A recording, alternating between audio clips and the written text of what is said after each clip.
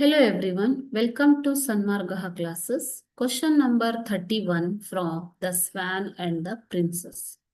Swan and the Princess in the 31st question nodana.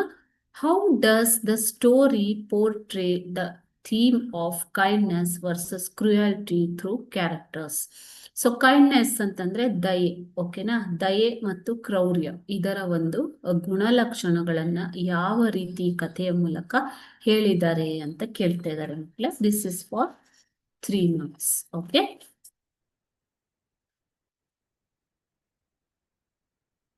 the story portrays the theme of kindness versus cruelty.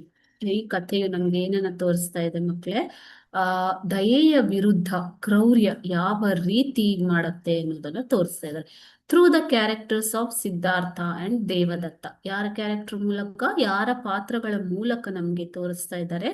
Siddhartha ಮತ್ತು ದೇವದತ್ತನ ಪಾತ್ರಗಳ ಮೂಲಕ. It highlights the stark contrast between their approaches.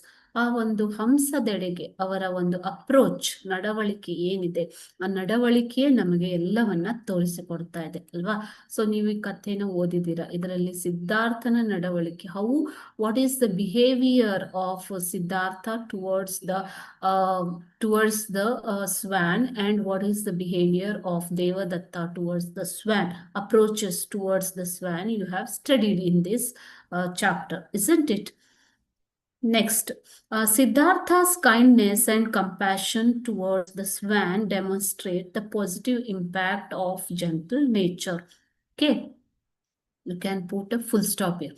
Siddhartha's kindness and compassion, ಆತನ ದಯೆ ಮತ್ತು ಸಹಾನುಭೂತಿ ಎರಡು ಯಾವುದರೆಡೆಗೆ?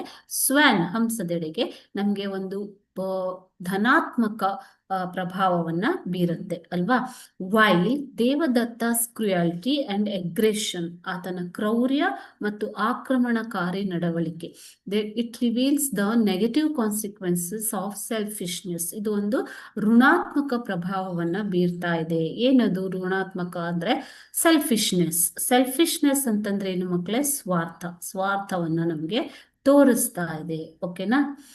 Next, the contrast between two characters serves as a powerful commentary on the importance of empathy and compassion. Okay, so ಈ ಒಂದು contrast, ವೈರುಧ್ಯ. Contrast ಅಂತಂದ್ರೆ ಏನು? ವೈರುಧ್ಯ, ಎರಡು ವಿರುದ್ಧವಾದ ನಡವಳಿಕೆಗಳು ಅಲ್ವಾ ಮಕ್ಕಳೇ? So these are opposite characters. Okay, so between Siddhartha and Devadatta, it serves as a powerful commentary on the importance of empathy and compassion.